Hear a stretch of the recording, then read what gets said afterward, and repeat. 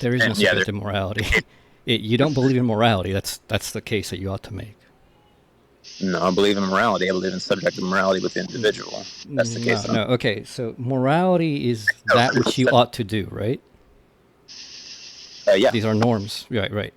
So when you say that you ought to do something, what does that mean? Because if you make that subjective, where is the ought coming from? What force is there to this? The Besides, meaning well, that maybe you want. That doesn't mean anything. That's just Yeah, it basically, well, does. if you want to follow it, you want to follow it. But when you say that somebody ought to do something, that there's a normative No, I'm not giving on. reality, Wait. I'm not giving odds. so then you're not talking about morality. Why do you call it morality? That's I'm what I'm talking telling about you. morality. What I'm talking about is I hope that people have the same moral systems as don't kill somebody, don't harm others, That's not don't rape. moral. That's just you saying this is my preference. Yes, everybody Got has a question preferences. for AW. Are you? I'm not trying. I'm not trying to read into what you're saying, but are you implying that morality, like, in order for it to be defined, it has to like exist autonomously, separate from opinion? Yes, in order for anything to be objective and to be real, it has to be I'm not autonomous to a arguing certain degree. that you're arguing from objectivity. I'm not. Well, yes, I'm arguing for something that's real. If you tell me then it's not real, then what are you talking about? That's like saying, No, like, oh, It's beauty is whatever you objective want it to be. attitude. Well, no, it's not. Our morals. Either there is Subjective something or there isn't. Wait, are morals real? Yeah, apparently to you they're not, because you're saying, well, it's just subjective attitudes. Well, then it's not real. Some person says X, some person says Y. You're not even talking about the same thing. The fact that you call it by the same name has nothing to do with it. It So does. you say there's morality. Well, I'm saying by your own definition, there can't be. Okay, There I'll are say no it again. odds. Subjective morality is based upon the individual. Even a theist. Again, repeating this to me Actually, gonna correct me does one not more time. address what I asked. So again, I'm trying to address you, but you're really like trying to like steamroll. So I'm gonna let you do it one more time, and I'm just gonna get out of here. Okay? All right? You cool with that?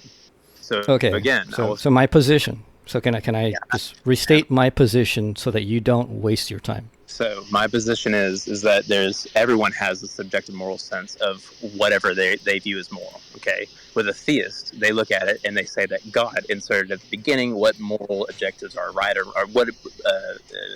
what moral things are objective or whatever. That's the difference. Like, just inserting a God claim at the beginning doesn't make your morals any right or any wrong. Like, everything is dependent upon the individual at the end of the day. If you want to say that's not real, and that's fine, but that's not my case at all, and you're misrepresenting what I'm not misrepresenting. So I'm saying that the position that you have is basically an anti-realist position in which you're basically contradicting the very notion of morality, that there are oughts. If you say, well, I'm not saying that there are oughts, I'm basically saying that there's preferences for people like who share my values, then you're not stating a case for morality in any way. You're stating a case for preferences, but that's not a morality. That's not some universal ought. That's not even an individual ought. You can't even say that, well, look, if I have this value, I ought to do something. Based on what? based off the meaning that I give it, and I hope that others that doesn't mean anything. It does the individual. No, it doesn't. You're saying, well, I should to do something if I want to do something. That's not a philosophical position. I'm not trying to make a philosophical position. I'm trying to say a philosophical position here is about concepts. God damn, man. Are you going to repeat? Like, yes, if you're going to repeat yourself again, I'm going to repeat myself again. You're not understanding what I'm saying. No, I understand it. No, you're not understanding what I'm saying. Going from an objective moral framework, and I'm saying that I don't really believe. No, I'm not coming from an objective moral framework. I'm coming from a moral position. There is no subjective morality. That's literally an oxymoron. How is it not? How is Wouldn't it be a normative position on morality rather than a meta position on morality?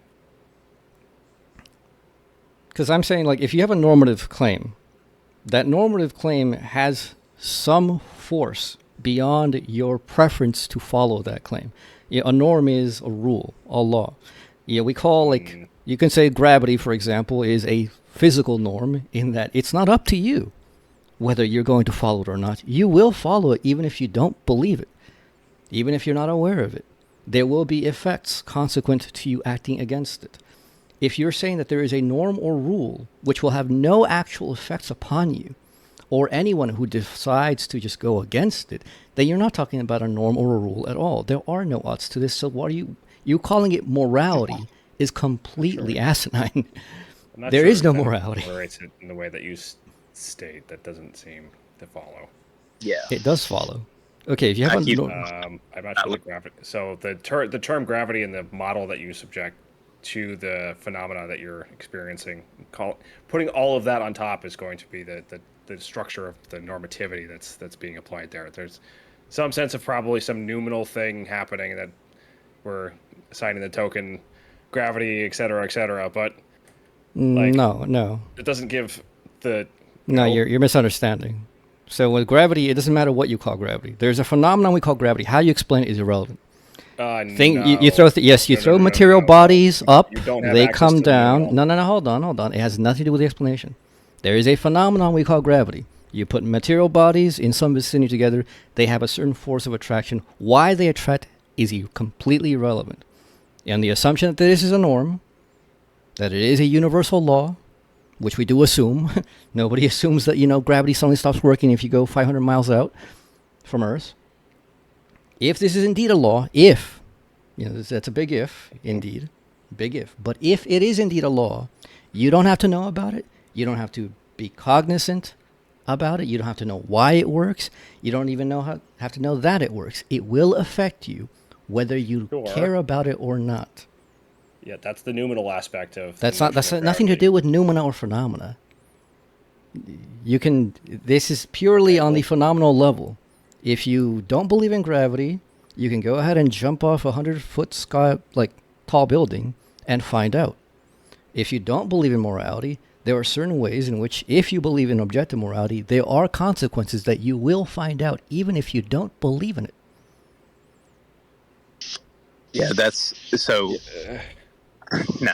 So with the society, that's the only case that I'll say that's as close to objective morality as we get, because we have certain laws that we dictate to the society in whole, so we don't kill one another, because we understand that killing one another brings the morale of the population down.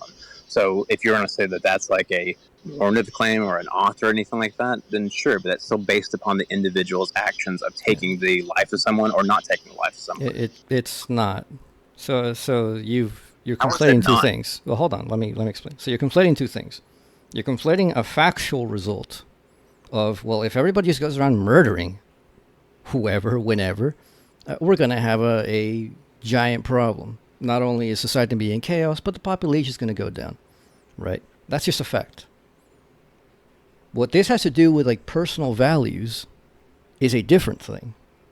Whether an individual cares or doesn't care about other people or themselves or society is kind of irrelevant. The fact is, there will be a population bust, right? People will just fucking die in droves because they will be killing each other. That's the fact.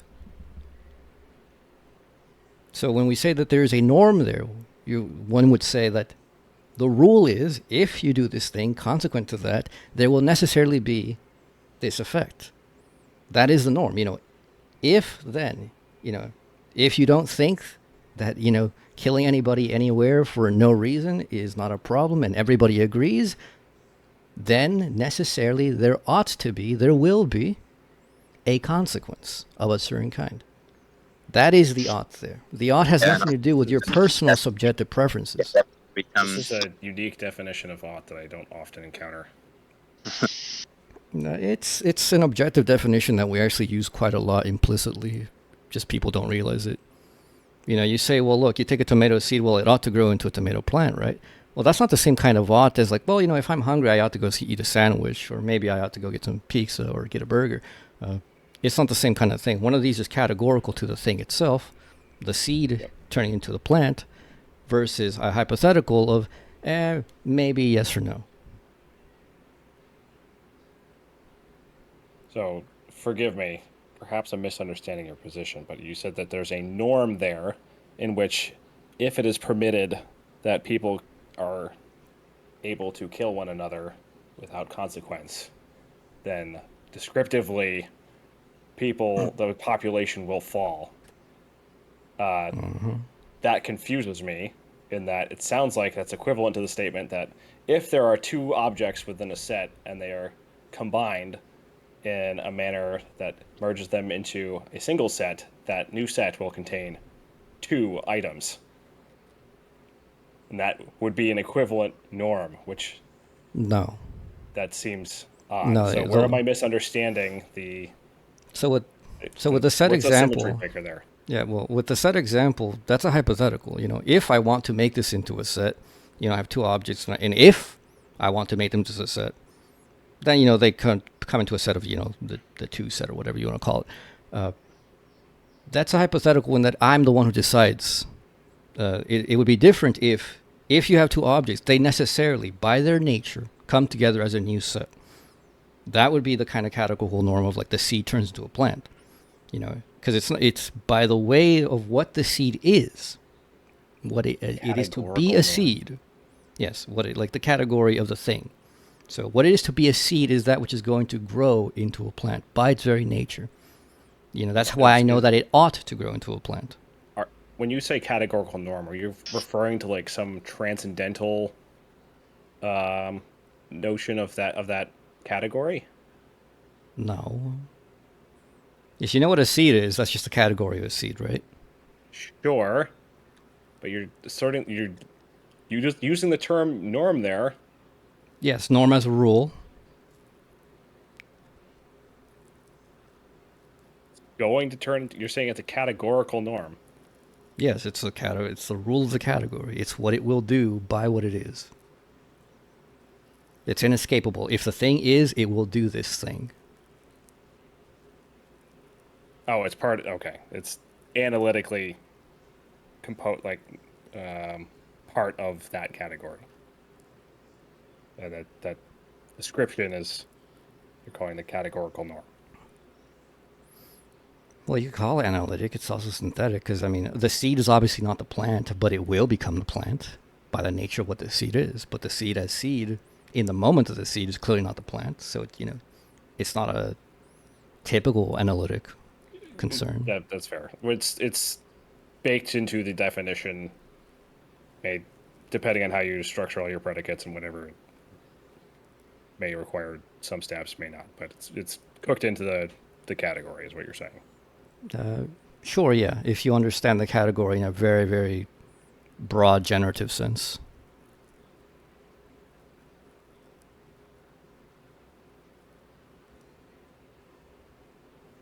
Lang guy, definitions are not subjective by nature. What a seed is has nothing to do with what you want to believe a seed is. I disagree. Yeah, I disagree. Definitions. You can disagree. You can disagree. No. You haven't given an argument. You can disagree. So I gave you the example of a seed. A seed, and I'm not talking about what you believe a seed is. I'm talking about what the seed is. You can believe that, what is that one movie? Idiocracy, everybody talks about, you can believe that plants crave Brando. True. Yeah. I love that movie, bro. Yeah, because you believe that plants crave electrolytes. Now, that just makes you an idiot if you believe that. You don't get to decide, the seed actually craves Brando. That's what it needs. It needs electrolytes. No, the seed needs water. You can be delusional all you want. The seed needs water. The seed has an objective set of criteria of this is what attains and this is what does not attain. What you subjectively project onto it is a different thing. So when I talk about definitions, I'm not talking about what I project onto the thing. I'm talking about what the thing is. Yeah, I'm afraid what you're saying is not in accord with the way that linguistics understand words. What I'm saying is literally what every scientist operates with in this reality. Sure. Maybe you don't believe in science, but I do. I got to get my meme out of the way first. Plants actually do need electrolytes, so touche, sir. Touche. Headshot. They make their own. I recognize that, but there seems to be a numinal and phenomenal divide, and that maybe there is, maybe there isn't some objective category of what a seed is. And we are going to, by nature of being humans, impose categories on top of whatever that objective layer is and deal with our subjective. Now, if my category kind of sucks ass and my further engagement with like the empirics around that category and what my model or my category would predict about the behaviors when interacting with other objects, if those don't align, probably ought to have some process to reconcile all of that. And if not, I'm kind of an idiot. But there are infinite possible ways to construct those subjective categories in which there's no apparent empirical contradiction. In science, like if you believe in an instrumentalist view of science, and I haven't seen any sort of contradiction in that, it could very well be the case that there is no way to both achieve the proper formulation of any given category, and it seems to also be the case that there's no way to know that whether or not you have achieved the proper formulation of any given category.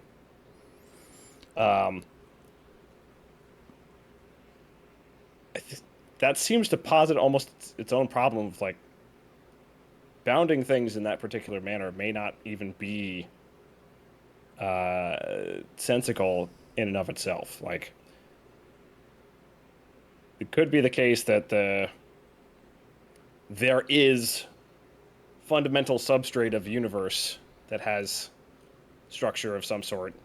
If you can describe that properly, you're good, and then all other categories are just extra shit we lay on top. I would say that's exactly how science works. Like when you talk about the pragmatic side of science, like it's that part which we know for sure. How we come to like explain to ourselves and give ourselves a story as to like the further like reasons for why it's working that way is pretty much irrelevant. On that side, I am like a complete instrumentalist about science. I don't really give a shit about the theoretical implications that people take to be the case. You know, whether you can be a relativist or not, you can have all these different metaphysical frameworks. Those are completely irrelevant in that case. You know, you're trying to project from the surface into the inner workings, which we don't have access to yet. And of course, those are just merely illusions. You can call them like, well, they're rationally indispensable for the functioning of, you know, like explaining why things work at all. Sure, you can say that, and certainly there are rational implications required. But are they the implications that you go after? No, not necessarily, because you can be wrong about like what is the essential structure that's causing this. You can think about things in a substantial manner. You can think about things in a conscious manner. You can think about it in a process manner. Many manners which will be coherent with the same exact appearance. And since we're working with surface appearances in science, everything else becomes a projection. Now, what you mentioned earlier, that there is a way in which like one would have to suppose that there might be some fundamental like structure of things that is the correct one. And once you set that in, not only do you now get rid of the illusions, now you have something in which you can definitely build off. And you know for sure everything else will connect to this thing in some manner. Wait, but you can't be certain about that. How do we know that for sure? I thought you agreed about instrumentalism already. No, this is irrelevant to the scientific stuff. Like the scientific stuff is instrumental, like, and that's all. That's what it always will be by its very nature. Oh, you're talking about some notion of like Yeah, you know, philosophical underpinnings of reason. Yeah, sure. Yeah, that's exactly it. That if you had like an actual foundation that you would know for certain, everything else would just log into that, and then you would have no problem with the regression stuff because now you could do a construction.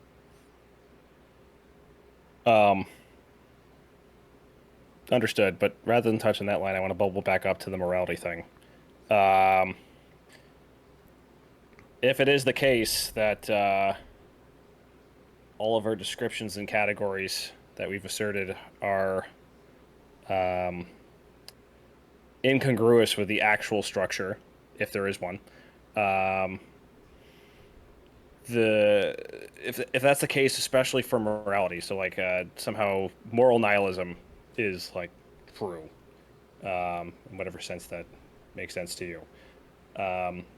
It would still be fine to say that there's like this token that we use morality to refer to the yucks and the yums of all the collective experiences that we seem to have and dispositions we have towards acts or events or states of affairs, in which we can like then normatively assert boundaries and rules about them and apply like a subjective framework for this thing we're calling morality, even if it doesn't have like some absolute grounding. It's like disjuncted from reality.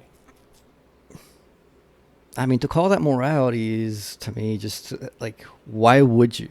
Like, historically, even today, the way that people use morality is not to imply any subjective preferences at all.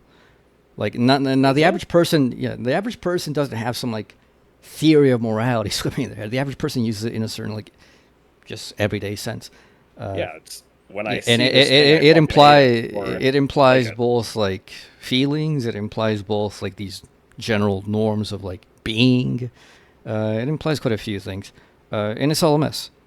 But the strongest sense is for that there is something that is just wrong about the being of something. It's not simply a report of, well, I just don't like this. That's just not true. How so? That's just not true. I mean, like, if moral condemnation amounted primarily to, I just don't like this. Well, I mean, it's going to be what would the appeal like this, be? Well, yeah. So what would the appeal be for people to say, look, that's wrong. This is right. That's just the right thing to do. Wrong thing to do. If all that was understood generally was, well, I don't like this, and therefore you shouldn't do it. Well, that has no connection whatsoever, right? What does you liking or not liking have to a so-called should? Where is the should coming from? Where's the ought? Well, can I ask you? Well, so hold on. So the should comes from when I am subjected to this particular phenomena, it stirs within me these motivations and stirs within me also an alternative state of affairs within my imagination that I find more preferable. That's not a should though. Well, the difference, the delta between the current state of affairs and that's the new state of affairs and the emotional dispositions towards that new state of affairs that they've imagined is going to generate some notion adjacent to what I think you're using as should, but I like an emotivist version of should. Yeah, that's just so not a notion of should. If I see a video where a kid gets... Can I please get the context? I just would love the context. Just wait 5 minutes and catch up. Okay. Just chill. Okay. I got. Subjective morality versus subjective morality. Thank you. Oh, so if I see a child being like abused or something, I both feel very bad at that scene, and feel very strongly that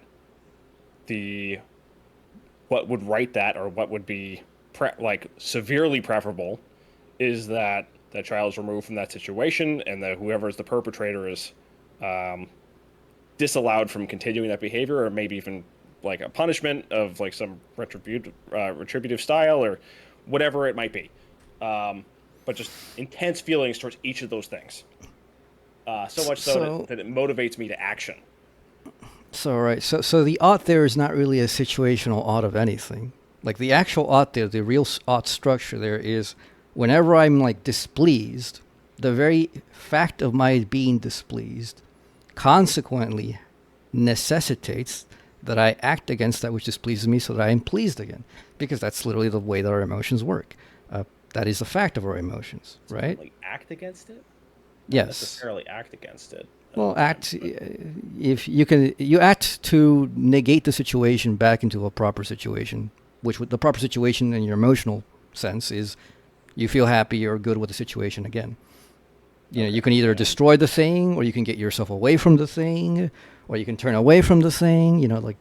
Many ways that you can deal with it. But the actual ought, just like when I gave the example of the seed, the actual ought there is the ought of the emotions. It's not the ought of somebody else's actions or the state of the affairs of the world. You're not saying the world ought to like change or anything. What you're saying is, given my situation and my feelings, the ought consequently is that there will be a necessary consequence. You know, if I feel displeased, if I feel angry, I will act to invert that because the very fact of that emotion leads to the being of the inversion.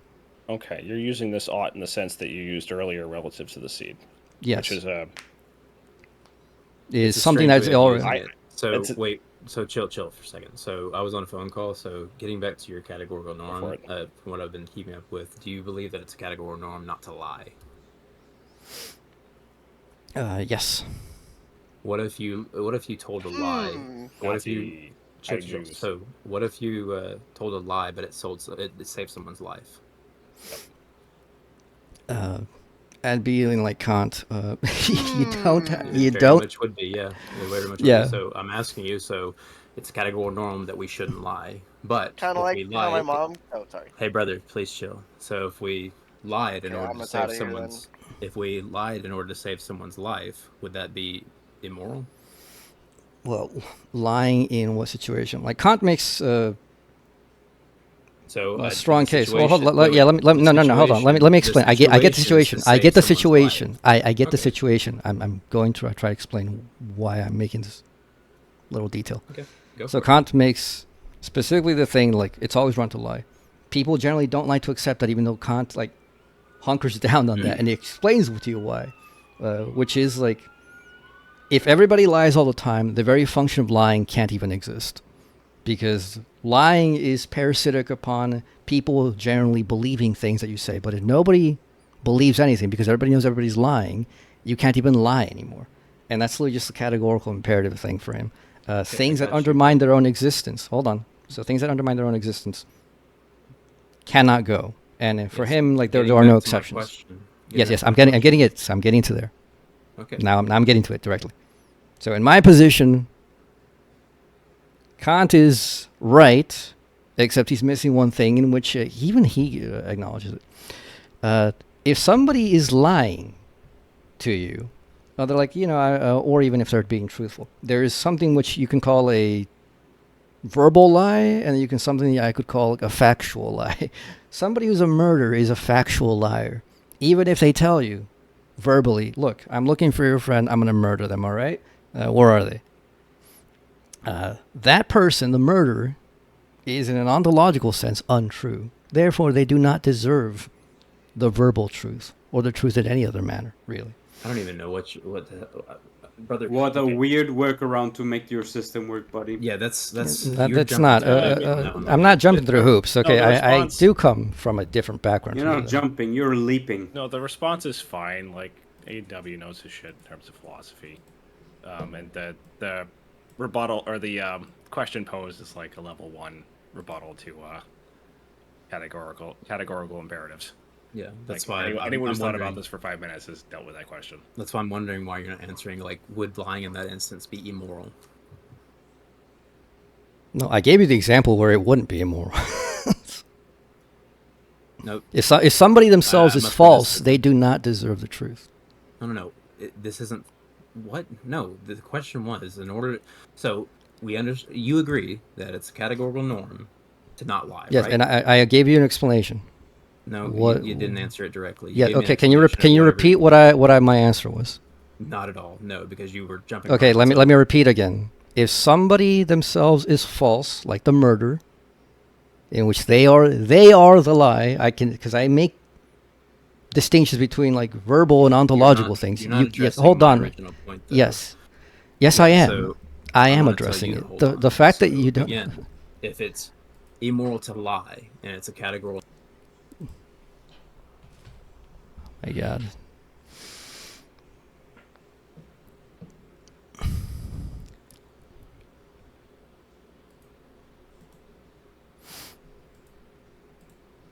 Now, look, if you mute me when I've answered you directly and you don't like my answer, if you don't understand it, just ask me. I did. Yeah, I've asked you twice now. And I did already. I did already. The murder scenario. I'm saying in the instance where I did already. Where it's not the murder. I did already. Okay, then I guess I missed it. The situation that he's describing is going to justify quote unquote matching their energy. Yeah. And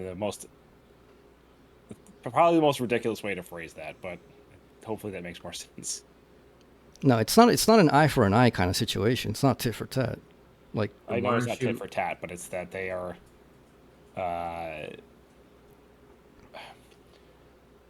do I phrase this in layperson's terms?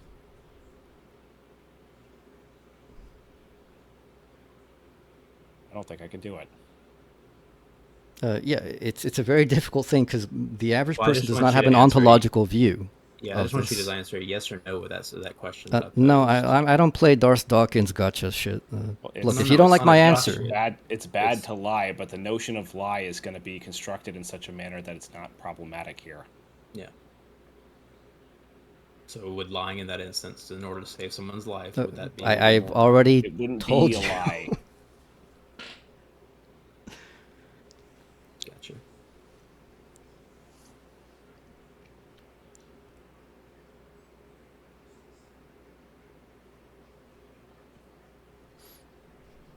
Anyways, MPX, you want to continue the conversation? Yeah, I just gotta take a moment to figure out where the hell I was. We were going back to the seed norm example. Yeah, I'm chewing on that in general because I don't think I fully thought that through in generally in my philosophical journey. So based on that notion of ought that I have, which is not mine, by the way, it's actually... Oh, I know. It's something that you find kind of in classical philosophy. It's not a very explicit thing, but it is heavily implied. There is an ontological norm to things. You probably find it most strongly in Aristotle. You actually also find it in Neo-Confucianism, where there's this notion that the being of things is the goodness of things. Like being and goodness are one, and so therefore what a thing is the norm of the thing. And therefore when you talk about morality, like in the human terms, that there is an actual proper being to what it is to be human, for example, on a biological, psychological, and rational level, and obviously then sociological level. And those things are basically facts of existence. Those are the actual oughts. Those are the things that whether you believe in them or not, you will not escape the consequences, just like gravity.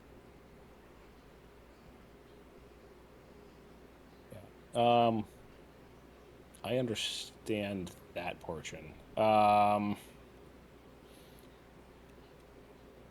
trying to make sure that the rest of the argument, I'm not getting tripped up on the way that you're using the word norm. Because if you're referring to like an ontological notion, typically any of these conversations on Discord are going to be the subjective notion of norm, where people just layering norms on top of things for whatever reasons and then developing that are subjective, and that becomes a more meaningful norm. Yeah, I mean, I just think that is a misunderstanding of norms, even in the regular way that it's used in metaethics, for example, like metaphilosophy generally. A norm is this rule. If you don't follow it, there are consequences. You know, like it's a norm of epistemics that if you know something to be true, obviously you ought to act upon the truth if you actually know it. Why would you act against the truth? It's literally illogical. So if you are rational, you will act along with the truth. If you aren't rational, obviously you won't. But there's an objective consequence to these things, to the being of what is in concern. Yeah. Again, I understand the assertion of objective. I think it's very squishy here, but I don't have an actual problem with the view beyond that. Like, I understand what you're saying. Well, the objective here would be just that things are independent of any subjective willing or belief. Well, no, I know that that's the definition, and that's what you're believing in terms of all the statements that you're making, but it's just that we don't necessarily have access to that. We can just assert certain elements. And I have been poking around at Hegel, so I think that's your server, actually, now that I'm thinking about it. But I suspect that's where you're grounding a lot of your objective notions here. These things Not you at learned all. from reading. Actually, not really. These are actually things that are classical arguments. Like I said, you probably find Well, the yeah, but they're- strongest implied in like Aristotle and like strangely like things like Neo-Confucianism. That's the strongest implication, but isn't the grounding for all this going to, like, for example, you can be comfortable with your epistemic norms having a stronger foundation in that you believe they rest upon the reason that Hegel puts forward? Or no, am I completely misunderstanding? No, not really. Hegel like has no epistemology. He completely rejects it.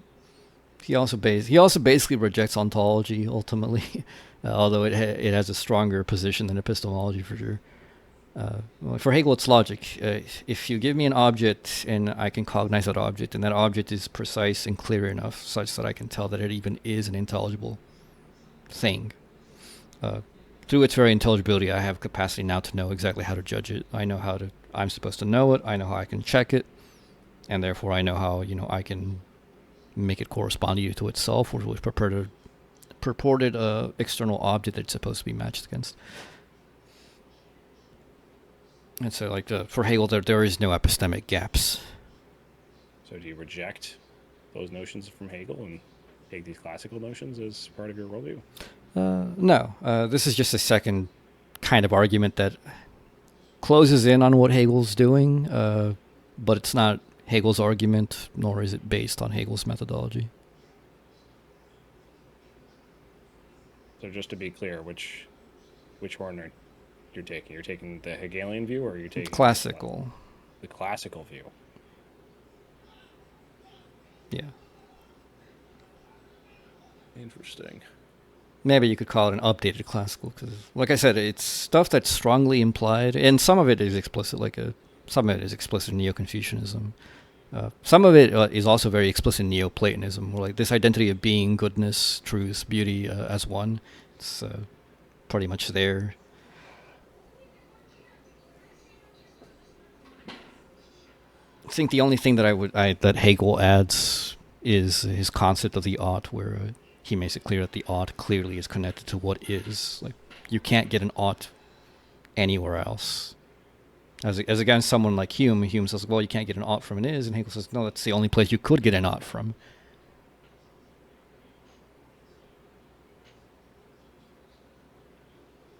See, in my view, everything would just collapse to is, and all the oughts would be subjective and illusory. But well, no, because at least there are momentary divides, even in a logical sense. That doesn't have to be temporal across time, but there are momentary divides. In one moment, of considering the seed as a concept, considering the seed as a seed, I'm not considering the seed as the plant that it will become, or the fruit that it will bear. I think temporality is probably an illusion as well, but that's a whole different story. No, yes, but the temporality is irrelevant here, because a moment is still a moment. Potentiality collapses as well, so all the notions of ought collapse under a B theory of time, right? No. No, not in this case, because this is even in an atemporal sense. There are distinctions. These distinctions, even if you cognize obviously on an eternal mode in which you cognize everything at once, when you consider one moment or one distinction of what is intelligible from another part of its own intelligibility, you're considering one thing that's not yet in that moment. The next related concept, for example. I'm not following and using the temporal language here, and I know it's very challenging to not do that. So Hegel takes the finite to be something that's both restricted externally and also something that is restricted internally. insofar as this thing is restricted, it starts and it ends. The finite starts somewhere, it ends somewhere. Where it starts and where it ends is another finite. The nature of restriction, however, is that it ought to be restricted by another finite, but another finite is itself just a restriction of its own. Gotcha. So the restriction is restricted by restriction, and this is what an ought is for Hegel. Gotcha. This isn't clicking for me because I am going to be leaning towards some sort of monish notion. So the distinction disappears, and finiteness is we're not certain whether or not the monist conception is actually finite. Well, I mean, I think that's kind of trivial to practically undermine, which is, well, we can intellectually say this, but that's clearly not the experience, and we have to explain the experience of the illusion of finitude, the illusion of temporality. I'm still struggling with that, but the other thing pressing upon me is that as we continue to tease things apart, everything seems to be driving towards either one or a couple of very fundamental things, and time does not seem to be one of those fundamental things. And when I say tease apart, I'm talking like in terms of quantum mechanics and investigations in that space and all the subatomic particle physics. Those things won't really reveal anything fundamental. I mean, that strict, not logical sense, but like a metaphysical sense, they won't, because you're using empirics to drive that, and empirics is going to be limited in that domain. Even on the empirical, that's extremely dodgy. Quantum mechanics and relativity are significantly constructed in such a way that it is immensely metaphysical projections. It is not purely empirical. The purely empirical stuff, ironically, is the math. Because the math just tracks exactly what we see, which is, we deal with probabilities and whatnot. And then the construction of all these other things to explain these so-called mathematical constructions are basically metaphysical projections. Sure, 100%. Like, you have to make metaphysical projections to posit a theory and then work from there. But in a much more hand-wavy sense, regardless of the projections that seem to be put forward, I know there's a whole smattering of different theories for any of these phenomena. For the most part, things seem to be reducible to some notion similar to energy or energy itself. Maybe that's divisible further or whatever. But it does. There is a tendency from my view towards things all being made of the same stuff. But that's a logical thing, right? You can see that on a purely logical basis. That's like I'll say seeming, but it's probably irresponsible to say that. Kind of just a woo-woo thing, almost. But it does have a lot of weight psychologically for me. I wouldn't say I understand. Because for me, everything must fundamentally be made of the same thing. It's a logical entailment of the fact that things are connected in the first place. Somehow, matter and space must be made of the same thing in order to interact, even though they seem to be the different ontological facets. Well, they must still be ontological facets of the same thing. Why do you say that? Because if things were made of different it's like the substance view. Like Spinoza says, if a thing was a substance, it would be completely self-contained. Which is why he argues that there cannot be two substances. For example, he says, well, if there were two substances, somehow they would be substantial and not be each other, and yet in order to do that, they would have to interact one, they wouldn't interact, in which case we are clearly part of one substance. There is some other substance, if we assume that. One is we'd have to tell the relationship of our substance to that substance. How can we even tell that there is another substance? Two, then if we had any relation to that substance, we would have to tell how is this different from our substance. Well, if we have a relation, that relationship can only be a shared relation, so there has to be something similar. But a substance ought to be like something completely independent, something completely unsimilar to another substance. When we're down at that level of like the notion of substance and two different substances, I don't know. Like that argument is conceivable, but I don't know how much weight it actually holds. It holds entire weight. What could you possibly say down there? No, like the argument at least holds a completely absolute negative weight. He's right. If we conceive substance in this way, like the substance is like the carving out of the ultimate reality. There can only be one. It doesn't make sense that there would be two. If there were two, they would somehow be related, and therefore they would be related. They would have to have some kind of equality between them, which means that they would share some kind of substantial being, which means that they would all be just one substance. And if they didn't share a reality, then how in the hell are we conceiving another substance in the first place?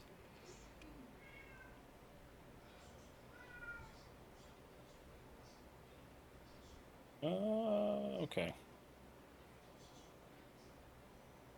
So if there's a little...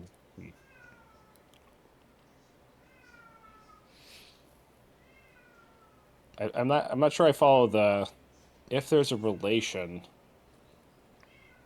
then they must be of one substance. That compute.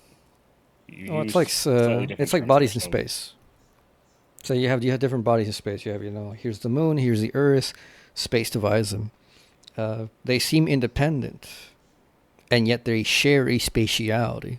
They must share that substance. If you want to call it that.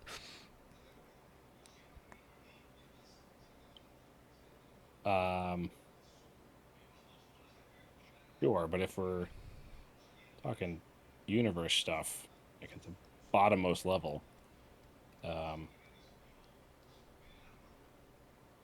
one may interact with the other. I don't necessarily draw a greater, a higher order context in which they're unified. That seeming presses upon me. I get where he's coming from. But he's demonstrated there's a necessity claim there that I'm not sure is warranted. Well, how would they interact at all if they didn't share a higher substance? In order to have a division, it has to be a division within one unified field. If you don't have a unified field, where can the division come from? I couldn't possibly answer that, but well, the answer is it couldn't be a division. That's it. Sure it's not a failure of conception of your part. It's that there is no such conception. Well, I wouldn't have the tools to even conceive of that. I feel like that's a severe limitation of the fact that my experience is limited in this particular way. And I can imagine a world where if I was, let's say, of godly intelligence or godly capabilities in terms of conception, perhaps there is a way to manifest that. Well, you can say that, but that's not true. There's a very loosey-goosey version of likelihood there, in which I think that's less plausible. I guess it violates parsimony in some way. It's less plausible, but I guess it achieves some notion of possibility. Yeah, like I said, you can say that, but you can't actually do that. You can't actually imagine that, because if you did, you would know it. Yeah, I imagine something adjacent to that, in which I can conceive of a world where I can conceive of it, but it's not doing the act that you're asking for. Yeah, which is just basically just saying, I can't actually imagine that. Yep, you're saying that you can imagine that. I gotta go. But you can't. Bye. Oh, anyways, all right. See ya.